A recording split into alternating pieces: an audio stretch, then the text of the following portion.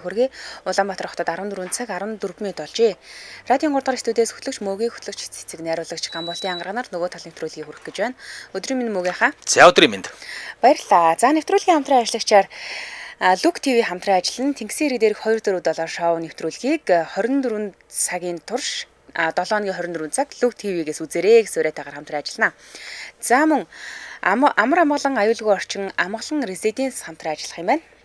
За өнөөдөр бол Эрдэмтэд ярьдаг өдөр. Нөгөө л нэвтрүүлэг 7 хоног болгоны Бягмар гарагт хүн төрөлхтний өнөөгийн энэ өндөр хөгжлийн төвшөнд хүрсэн шинжлэх ухаан, амьдралын чанар ингэж сайжирч өндөр төвшөнд хүрэхэд маш олон эрдэмтдийн хичээл зүтгэл, гайхамшигтай авиас чадвар нөлөөлсөн. Тэгвэл ямар ч боловсралгүй мөртлөө хүн төрөлхтний түүхэнд хамгийн авгаа 100 эрдэмтний нэг ийм хүний тухай ярина. Энэ бол Антони ван Левенхок гэдэг ийм хүн. За энэ Антони ван Левенхок гэдэг хүн бол Нидерландын эрдэмтэн. За Нидерланд хүн гэсэн үг. Тэгээд яг уу манайхан болохоор Галланд гэж аяг хүншдэг тий.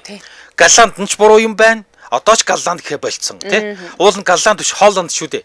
Тий. Оросууд нэг Хариг Гари гэж дуудаад. Тэгээд дуудаад идэг тий. Тэгээд ингээд Оросууд авчиад Холланд гэдгийг Галланд гэд манайхан Оросоос аваад Галланд болгоцсон. Гэтэл 2020 онд яг албан ёсоор бол Нидерланд болгосон.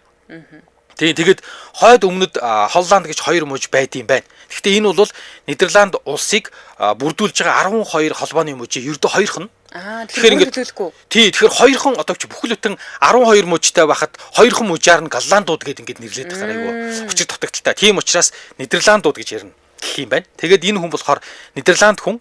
За юугаар алдартай юм бэ гэсэн энэ хүн микроскопыг зохион бүтээсэн. Өөч. Манай микробиологийн хичээл дээр энэ Левенхок гэдэг үнийг зөндөө ярьж байсан. Тийм үү. Микроскоп гэж энэ одоо юу гэдгийг бүтэц энэ зүйлийг зохион бүтээгээд баг ер нь микробиолог гэдэг бүхэл бүтэн шинжлэх ухааны суурийг тавьсан хүн. Микробиолог гэдэг биологийн маш том салбар шинжлэх ухаан байна л да. Энийг яг ингээд нөгөө микробиологийн хичээлийн их сургуульд үзэхээр хамгийн түрүүнд л нэг хид хідэн хүмүүс яригддаг нэг нь энэ хүн. За микроскопыг нээсэн. Тэгээ өөрөө ингэж хэлсэн байт юм билээ штэ. Би нүдэнд үл үзэгдэх ертөнцийн хаалгыг нээсэн гэж. Тэгэхээр бидний ерөөсөө харж чаддаггүй ертөнц бүхэл бүтэн амар том ертөнц байгаа даа штэ тий. Энэ ертөнцийн чинь хаалгыг яг нээж татаж биднэрт таниулсан хүн Антони ван Левенхок гэдэг энэ хүн гэсэн үг байхгүй? За тэгэхээр Антони ван Левенхок 1632 оны 10 дугаар сарын 24-нд Нидерландын Делфт гэдэг юм хотод төржээ. Делфт. За Филиппс Антониш Левенхок нь сүлжмэл идэллийн худалдаач юм байсан юм байна. За. Тэгээд сүрлэр ингээд үнэ сакс сүлжээд идэг штэ тий. Ингэж сүлжиж зардаг. Гэхдээ Антон хүүг нэг 5 настай хат наав нас орцын гинэ жоохон бахтан гэсэн үг. Харин ээж Маргарета нь болохоор ер нь боломжийн амьдралтай ийм хүн байсан юм байна. Яагаад гэхээр өвөөнд дарах идэг. Одоо нах зөвөн гэсэн үг штэ. Ээжийнх наав нь дарах идэг. Тэгээд нутаг орондоо угаасаа ч нэг нилээн тийм зартай маш сайхан шар айраг гүйлдвэрлэдэг ийм хүн байсан гинэ. Тэгэхээр өөрийнхөө охиныг хүүтэй нь ерөөсө газардуулааг аваавцсан гэж хэлж болж байна л доо. Гэхдээ ээж нь нэг Левенхокийн аавыг нас урцснаас хойш удаагүй Якоб Янс Молайн гэдэг юм үнтэй гэрлжээ.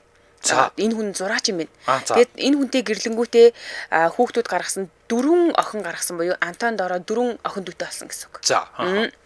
За тэгсэн чинь Антони ван Левенхок 10 настайд нь хойд аав нь бас нас ороод айгу хэцүү.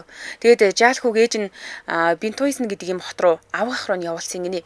Яагаад гэдгийгсэн чинь авгах нь тухайн үед нэг тийм том боломжийн амьдралтай хуульч өмгөөлөгч мэрэгжилтэй хүн байж л дээ. Тэгэхээр чи нөгөө өөрөө 4 охинтойгоо үлдээл ядаж миний хүү боловсралтай айлт бай гэдэл хүүгээ явуулсан юм шиг байгаа. Ингээд авгахынхаа гар дээр нь сургууль сураад тэгээд түүний сурж одоо амьдралдаа олж авсан цорын ганц мэдлэг нь яг энэ үед буюу авгахын давахта дунд сургуульд л сурсан байт юм байна. Энээс хойш боловсрол гэдэг юм байхгүй.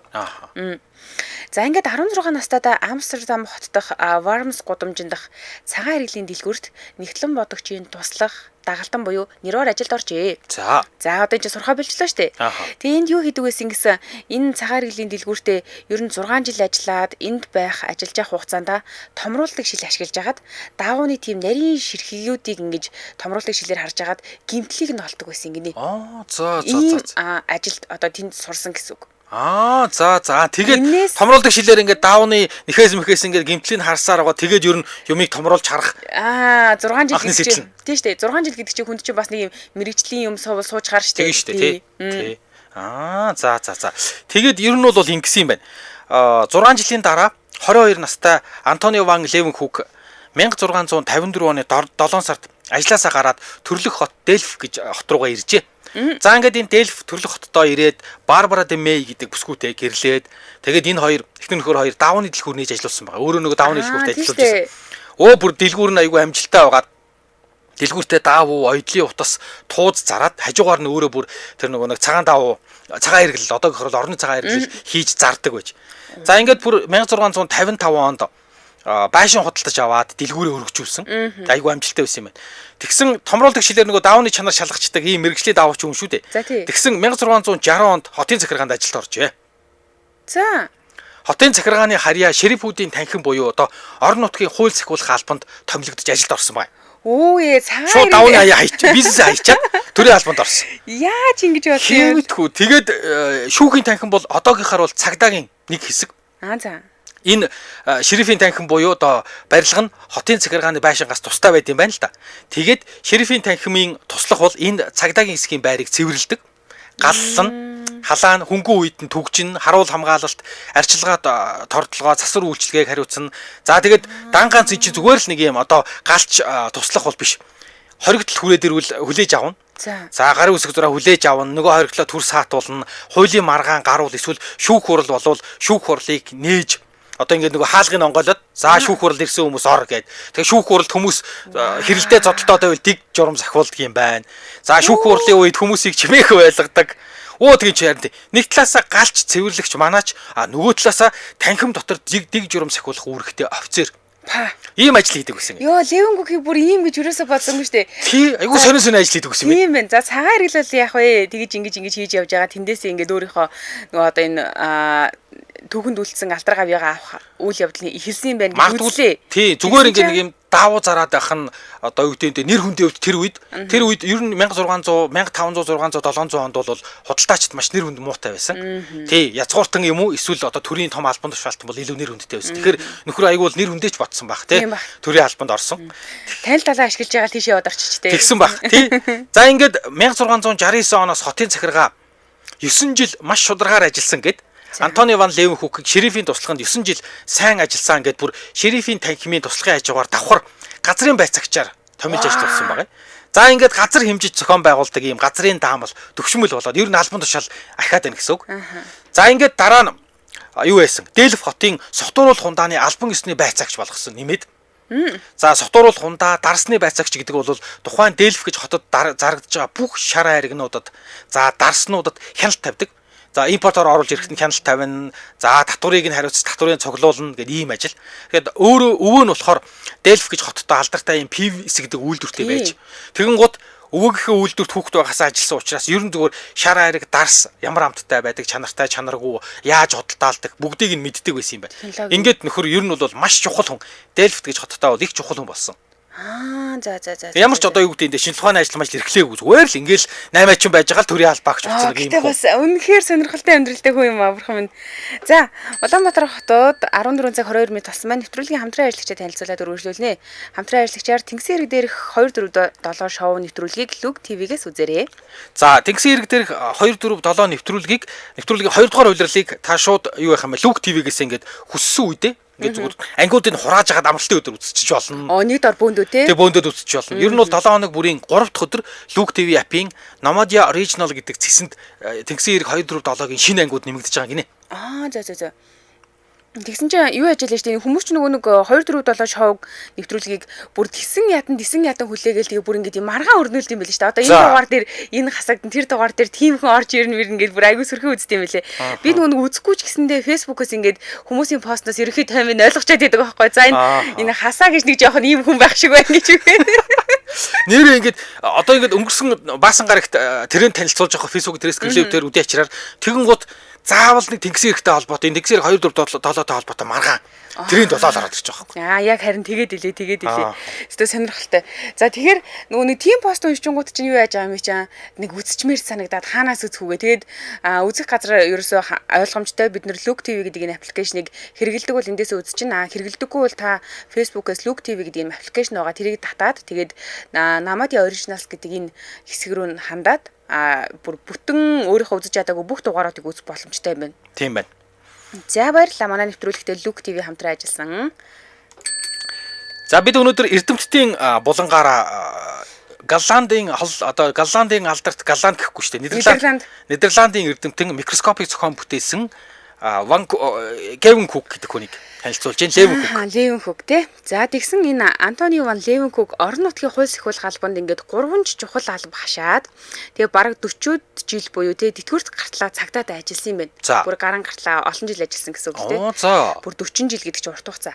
За тэгээ шерифийн туслах байцаагч маань хууль хяналтын албанд ингээд ажилд орсноос хойш ингээд ерөөхдөө ингээд өнд жоохон юутай болоод цаг завтай болоод тэгээ өөрийнхөө хобби болон сонирхолтой цаг зав гаргах юм боломжтой болж эхэлж байна гинэ.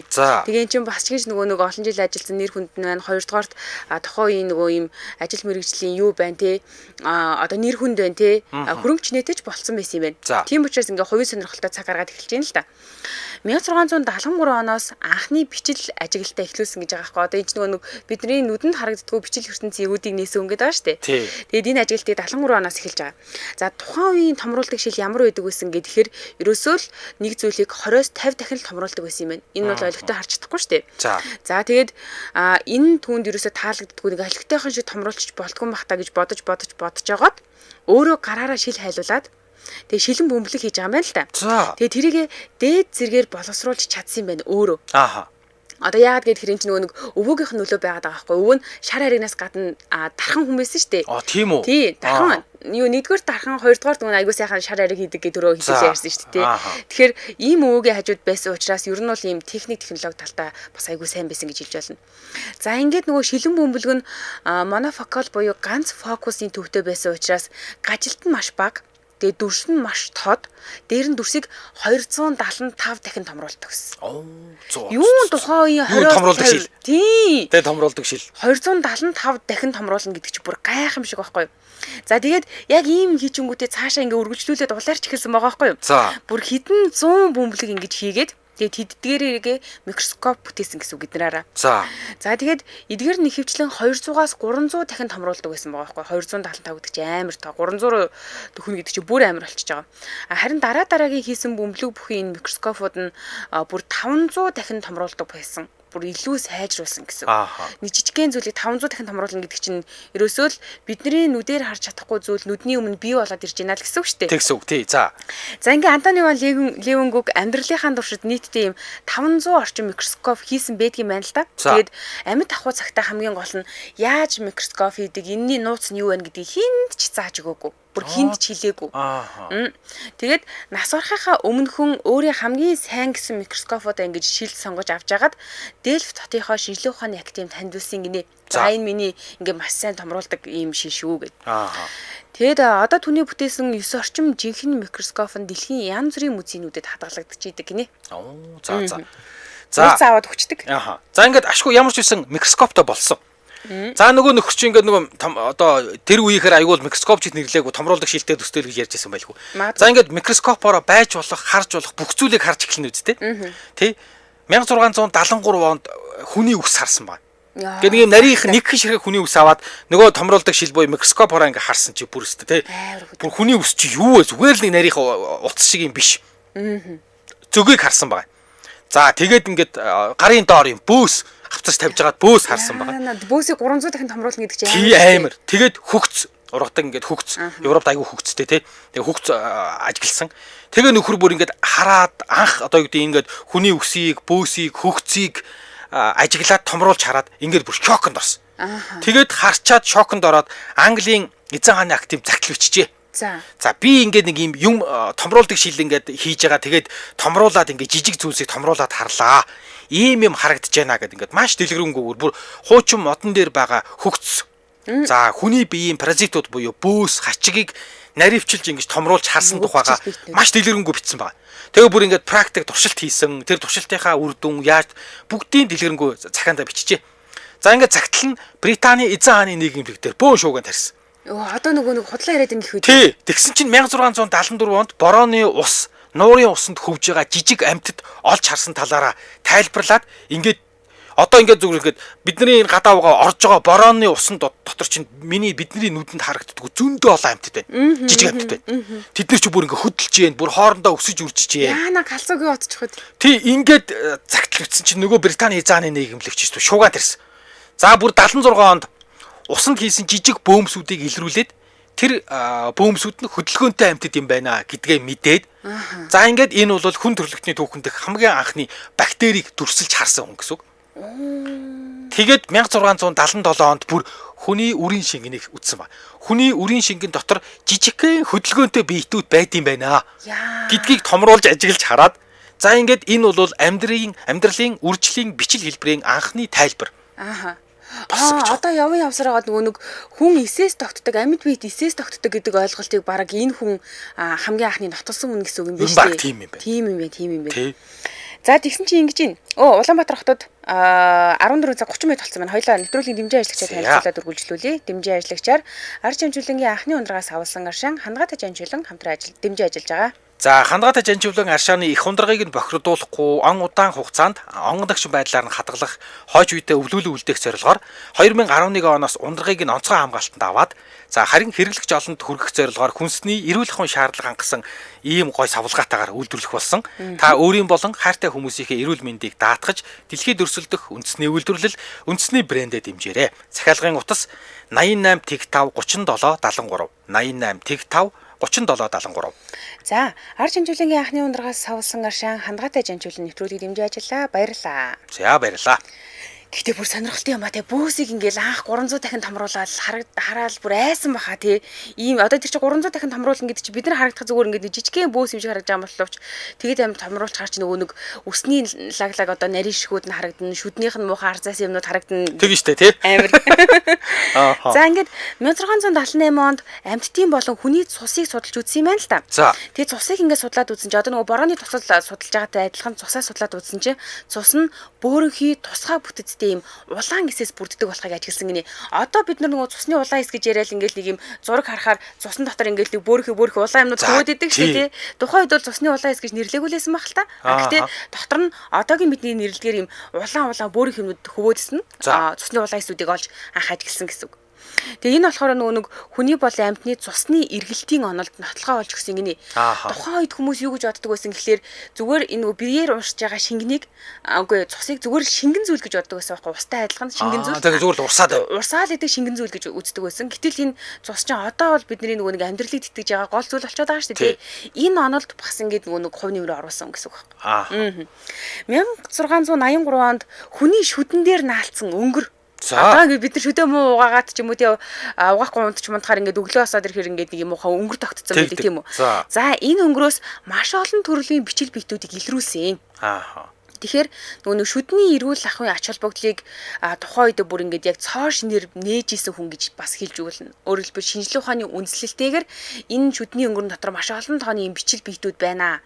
Энэ өстө болохгүй байна гэдгийг эрүүл ахуй талаас нь олж байгаа байхгүй. Энд чинь зүгээр л нэг юм шар ингээд нэг юм угаахаар арилждаг зүйл биш. Энд чинь амьд юмнууд шүдэн дээр чинь шаваад байна. Наалтцсан байна гэсэн байхгүй. Тэгэхээр энэ чинь нөгөө нэг юм эрүүл ахуйн талаасаа маш чухал нийлэл болчихж байгаа.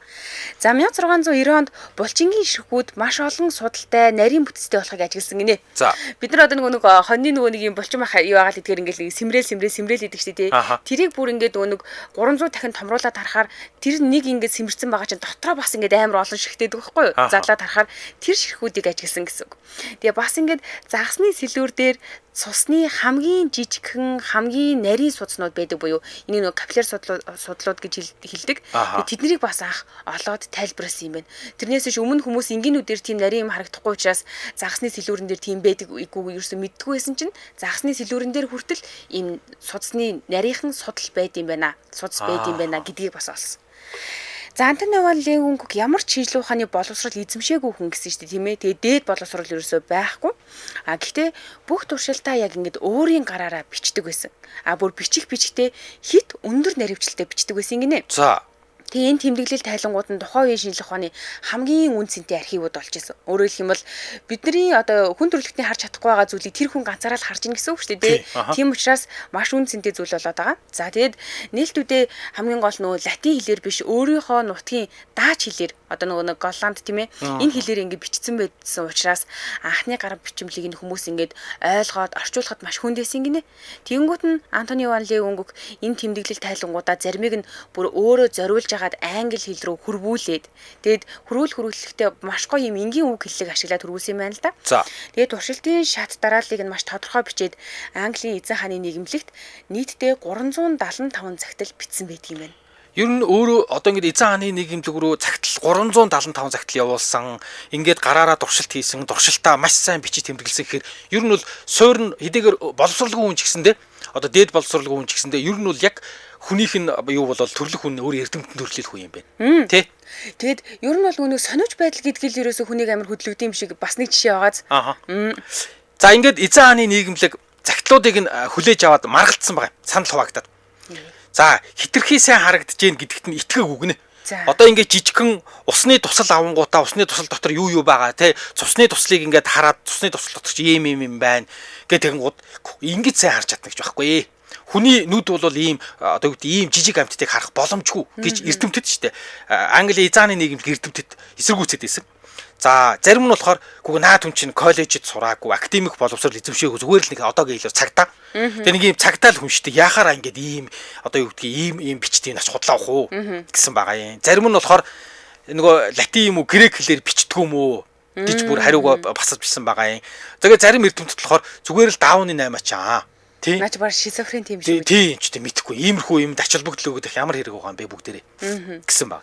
Боловсруулгүй гэдгээр нь л хөөх юм ингээд байна. Тий. Тэгсэн даавуу зархаа бол энэ хүн чим даавуу зархаа болсон. Дээрээс нь худлаа ярмааргүй юм а. Яг ингээд нутгийн одоо өөрийнхөө нутгийн дээр Дельф гэдэг байгаа Холланд юуны Амстердамын Дельф гэж хоттой маш нэр хүндтэй хууль захиулдаг ийм шерифчтэй шериф буюу цагтаа хүн юу гэж худлаа ярих юм бэ ядчил хийж байгаа албан тушаалаар нь бодох юм бол гээд тэгээс сүүлдээ за ер нь бол юу яа очиж нүдээр үзье. Тэг худлаа яриад байна уу, үний яриад байна уу. За ингээ бүр сүулдэ бүр эхлээд ингээд маргалдаад болсон юм байна. Тэгээ маргалдангууд итгэхгүй болохоор ингээл цахаа явуулаад байсан бичээд 375 цахаа ирсний дараа нөгөөдөл чинь очиж үзэхэр болсон. За ингээд Англи эзэн хааны нийгэмлэг юу байсан 1673-аас 77 хүртэл энэ гайхамшигтай сонин ийм загтлууд ирээд байсан учраас очиж үзьегээд ингээд 5 хүнтэй комисс байгуулаад очиж шалгах гэж байгаа. Худлаа ярьж гин үний ярьж гин. За ингээд Дельфт рүү явуулахаар болсон. Энэ шалгалтын комист тэр Дельфт байгаа Английн сүмийн хийдийн төлөөлөл. За Александр Петр гэж хүн, сайд хүн. За тэр Дельфт гэдэг тэр хотод нь байдаг лютеран шашны сайд Бенедикт хаан. За Гаг одоо олонсын шүүх байрладаг тийм Гаг гэдэг уул нь хааг л та. Тэгээд Гаг хотод байдаг лютеран шашны сайд Хенрик Кордес. За барон сэр уламжлалтай Роберт Гордон гэдэг ийм 4 хүний хамтаар Нидерландаас очсон байна. Тэгэн гут Нидерландын талаас ч гэсэн одоо юу гэдэг нэг энэ хинтэр очиж уулзахад Нидерландын талаас маш алдартай эмч эмбриологч Райнер де Граф гэж хүн Нидерландын талаас нь. За бас хаантай Нидерландын хамгийн одоо хаантай ойрхон байдаг хүмүүсийн нэг уран бүтээлч эрдэмтэн Константин Гюгенс гэж ийм 2 хүн. Энэ Гюгенс болохоор бичил амьтад судлаач Суамердам гэдэг ийм хүнийг дагуулад эмбриологч гэдэг нь үр хөврөл судалдаг хүний хэлдэг. За үр хөврөл судалгаа. Одоо нөгөө хүний хөгжил ирвсэн байхаас эхлээд ингээд хүн болдог штэ тий. Тэгвэл ингээд юуны Нидерландын талаас 3 хүн хөвлөгдөж гараад Английн эзэн хааны шинжилгээ ухааны академиас 5 хүн ингээд 8 хүн хоёр талаасаа очиж шалгахаар болсон. Зөө. За тэгсэн чи ингэнэ. Шалгалтын комиссийг эрэхтэн Антони ван Левенгөг энэ бол миний бүтээсэн линз бүхий микроскоп. Би үүгээрээ юмсыг томруулж хардаг. Та нар өөрсдөө нүдэрээр харахгүй юу? Би бол өөр юу ч хүсэхгүй байна гэд даналцж байгаа байхгүй юу? Тэр шалгалтын комиссийн гишүүд тэдэд бүр ингээд бүхэл бүтэн 3 хонсон юм байна. За. Тэгэд ингэхдээ микроскопоор юу харсан гэхээр усан дах бичил биетүүдийг харсан, шүдний өнгөрдөх бактерийг харсан, цусны эсүүдийг яг өөрсдийнхөө нүдээр хараад гайхаад, балмагдаад, зарим нь бүр ингээд сандарч исэн гинэ. За. Тэгэд 1677 оны 11-р сарын 15-нд гаргасан шалгалтын тайлан байгаа. Одоо эдгээр чинь ингээд нөө шалгачингуудаа тайлан бичих ёстой шүү дээ, тий. За энэ тайлан ингэж байгаа. Бид ноён Левенкогийн микроскопоор жинхэнэ амьд амьтад харлаа. Маш өчүүхэн тусал усанд тоо томшхоо олон байсан итэмгүй мэт санагдсан ч үнэхээр тэд байсан гэж ингэж нөгөө шалгалтын тайланд нь бичсэн байгаа байхгүй. Өөрөөр хэлбэл усны тусал бол худлаа яриаг байна гэж хэлэх гээд штэ. За мөн үргэлжлүүлээд ноён Левенкогийн шалгалтууд нь төсөөлөл хуурмаг зүйл дээр бус харин зөв ажигласан микроскопоор хинч харж болох бодит зүйл дээр үндэслсэн байна гэж хэлсэн байгаа. За ингээд шалгалтынхан очиж үзээд ерөнхийдөө энэ хүн чинь худлаа яриаг юм байна. Энэ бол ерөөсөө байдаг юм байна. Үний юм байна гэдэгт итгэж дүгнэлтээ гаргаж байгаа байхгүй. Тэгээ энэ үед нөгөө Нидерландын алдартай эрдэмтэн микрография гэдэг энэ номыг бичсэн микроскопийн анхны алдартай судлаач Роберт Кук гэж хүн түүний линзний чадвар миний бүтээснээс бүр хэд дахин давсан байна гэж биччихсэн юм байна. Тэгэхээр ерөөсөө тухайн үед бол бараг дэлхий дээр байхгүй томруулдаг шил ашигладаг байсан гэж хэлж болно. За бас Нидерландын хамгийн алдартай физикч одоо оронч Кристиан Гюйгенс гэдэг энэ хүн болохоор би энэ бичил амьтад гээ чинь түүний микроскопийн алдаа байхаа гэж бодож ирсэн юм. Гэтэл үгүй ээжээ гэж бичсэн. Тэгэхээр бидний одоо нөгөө ням бактери вирус гэл амандаа одоо бид нар чи сайн мэддэг болсон шүү дээ. Өргөнч мэддэг болж мэдлгүүрээ. Тэгээ энэ олгоны чинь хинч мэддэггүй байхад нь энэ хүн энэ өөрийнхөө бүтээсэн микроскопоор дэлхийд дахинд хүн төрөлхтөнд таниулж исэн л гэсэн үг л юм л та. Тийм байна. За 14 цаг 40 минут болж байна. За нэвтрүүлгийн хамтран ажиллагчаар Амар амгалан аюулгүй орчин амгалан резиденс хамтран ажиллаж байна. За хүссэн зүг компани хэрэгжүүлж байгаа эрчим хүч дулааны хэмнэлттэй ногоон барилгын гэрчлэгээтэй 5 блок 15 давхар 375 айлын амгалан резиденс хотхон 100% бүрэн цутгамал төмөр бетон хийцтэй.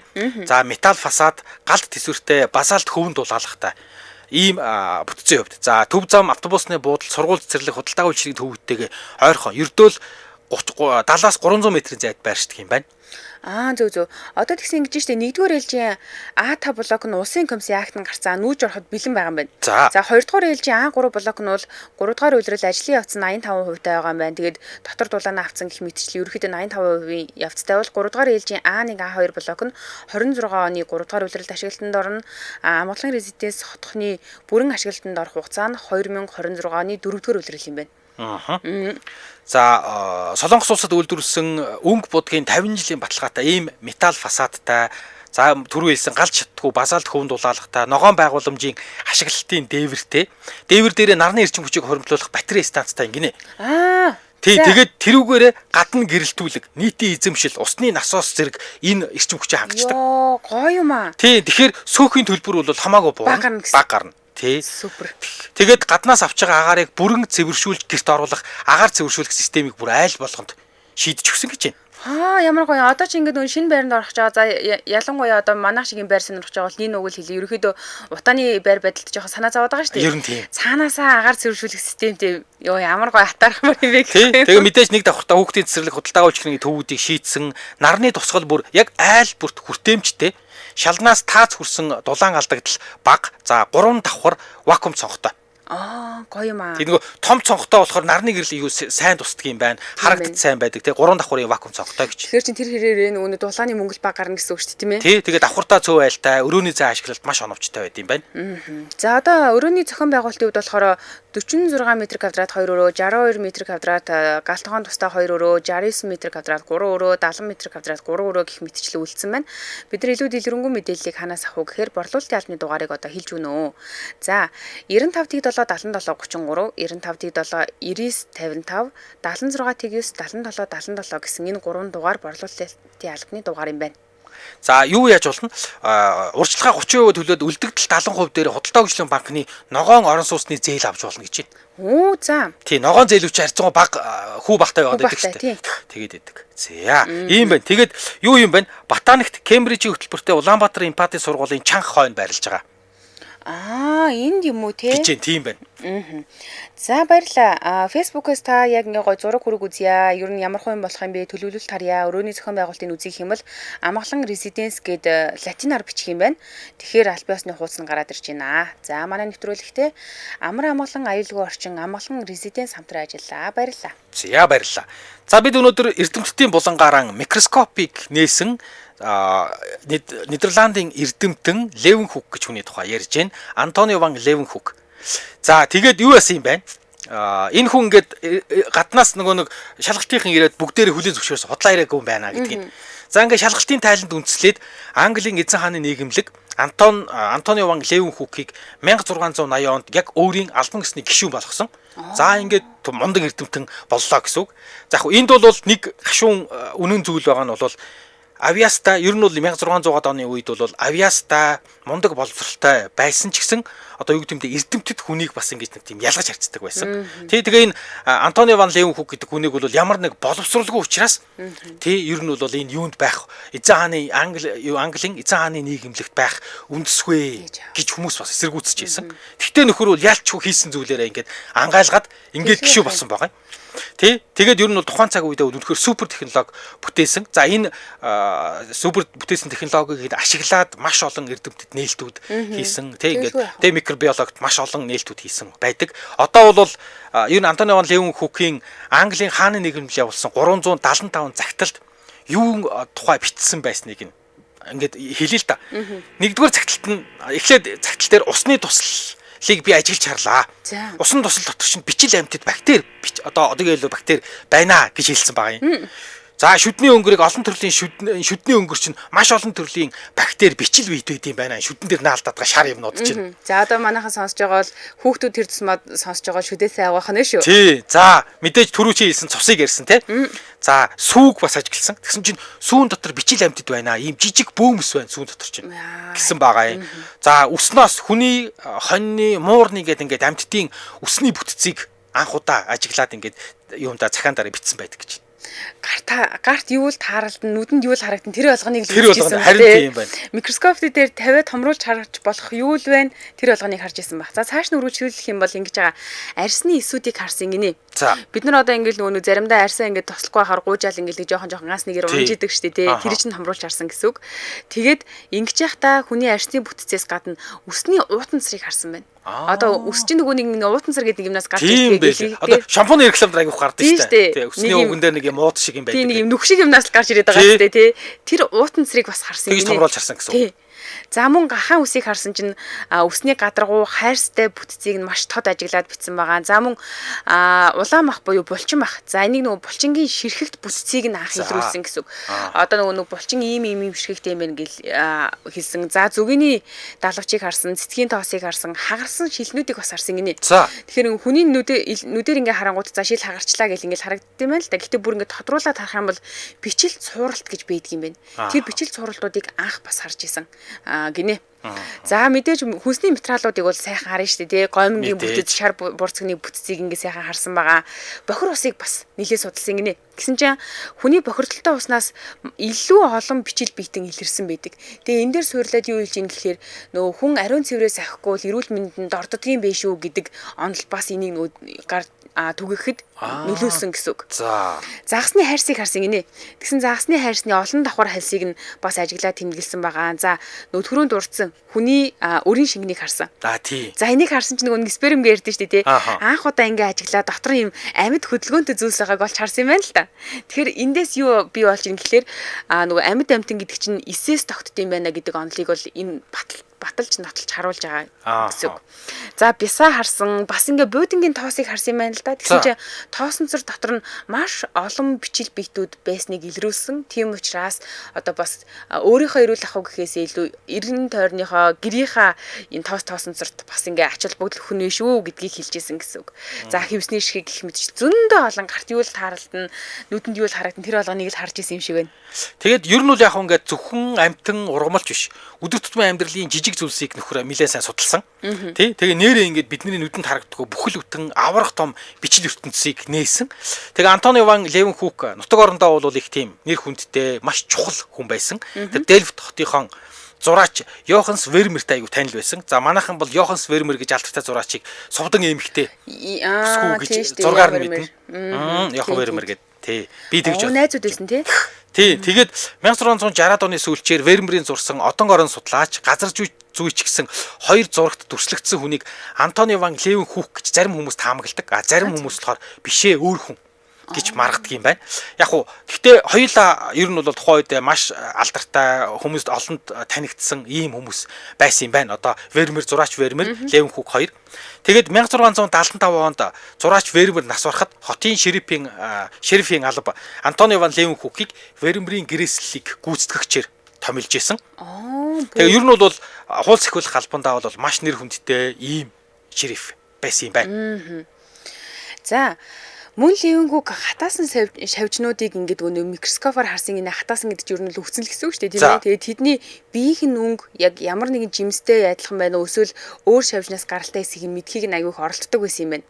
За бас борооны ус, жүржийн үр, хоньны, илэгний үт, бүр амир, халимны нүд, загасны цус, хачиг, за цог хорхой, зааны арьс гэл ингээл ерөөсө нүдэнд юу л таарлан тэр болгоныг хамгийн гол нь харахаас гадна маш сайн тэмдэглэж өгсөн. Энэ бас айгүй том давуу талтай. Тэгээд стол өнөө мөрөөдлөөрөө жаргаж амьдарч агаад 1723 онд 90 наснда таалалд өгсөн байдаг. Нэлээд өндөр настай чинь тухайн үед гэхээр тий.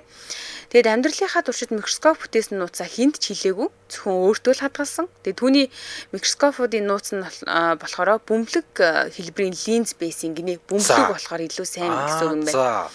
Тэгээ анхны линзээ 1673 онд хийсэн гэсэн шүү дээ тий. Түүнээс хойш бараг 300 жил хинч түүний линзийг дураалгаж хийж чадаагүй. 300 жил түүний одоо энэ харсан зүйлээр л бид нар бичил ертөнцийг, бичил амьдралыг төсөөлдөг байсан гэсэн үг. За гэтэл 1957 онд гэдэг чинь саяхан C.L. Strong гэдэг энэ хүн линзийг өнгөлөхийн оронд нөгөө нимгэн шилэн утсыг хайлуулах аргыг ашиглаад Антонио Левенгук гэх шиг ийм микроскопыг хийж чадсан байгаа. Тэгэхдээ одоо бол яг нөгөө шинжлэх ухаанд энэ Левенгук шиг микроскоп хэрэггүй. Энэ ч угаасаа хоцрогдсон. Сүүлийн үед нөгөө электрон микроскоп гэж гарсан. Тэр бол аимшигтэй том тодруулна. Одоо 1000-аас 10,000 дахин томруулдаг гэж байгаа шүү. Тэгэхээр юу нэг 300 шүү дээ. Тэгээд энэ Times сэтгүүл Антонио ван Левенгукийг бүх цаг үеийн шилдэг 100 эрдэмтний нэг гэж зарласан. Яг үнэндээ энэ хүн бол одоо ингээд ер нь бол яг ийм альпинистны сургууль соёл төгсөөгүй хүн хэрнээ бүх цаг үеийн шилдэг 100 эрдэмтний нэг гэж зарласан байгаа юм. За Британик нэвтрэх тойл хамгийн авгаа 100 эрдэмтний нэгт заавал оруулдаг. За Майкл Харт гээд хүний бичсэн түүхэнд хамгийн их нөлөөлсөн 100 хүн гэдэг дотор бас энэ Левенгукийг оруулсан байна лээ. За Стивен Хокинг аврагуудын мөрөн дээр гээд ийм ном бичсэн. Тэ энэ Стивен Хокинг гэдэг физикийн нэг ийм сунг саажилттай ийм алтартай физикч байсан. Тэр хүний бичсэн аврагуудын мөрөн дээр цовралд бичил ертөнцийг анх нээсэн ийм мундаг хүн гэж хүндэтгэж дурссан байдаг гэж байна. За Амстердам хотын нэгдсэн эмнэлгийг Антонио ван Левенгукийн нэрэмжит болгосон байдаг юм байна. 2004 онд Нидерландад олон нийтийн дунд санал асуулга явуулсан юм байна. Хамгийн агуу одоо галланд хүмүүс буюу ингээд Нидерланд хүмүүсийг тодруулсан юм байна ингээд хүмүүсээс. Тэгсэн Антонио ван Левенгук бүх цаг үеийн хамгийн агуу галланд хүмүүсийн чагсаалтын 4-р байранд орсон. Гэж байна. Гэхдээ угаасаа харахгүй дээ. Одоо ингээд жишээлбэл бид нэр антибиотикийг айгүй хэрэглэдэг болчлоо л да. Антибиотик гэдэг. Гэтэл энэ антибиотик гэдгийг чинь нээхийн тулд юунаас олж тэр өвчин гараад байгаа гэдгийг нээх болно. Тэрний тулд бичил ертөнцийг харах шаардлагатай болно. За тэгээд Левенгукийн тусламжтайгаар бичил ертөнцийг харлаа. Тэрний тусламжтайгаар яаж тэр ним вирусыг дарахыг харлаа. Тэрний ачаар бид нар антибиотиктай боллоо гэж зүгээр өнгийн хэрэглэн дээр ярихад л энэ бол ойлгомжтой зүйл болж шүү дээ. Тий.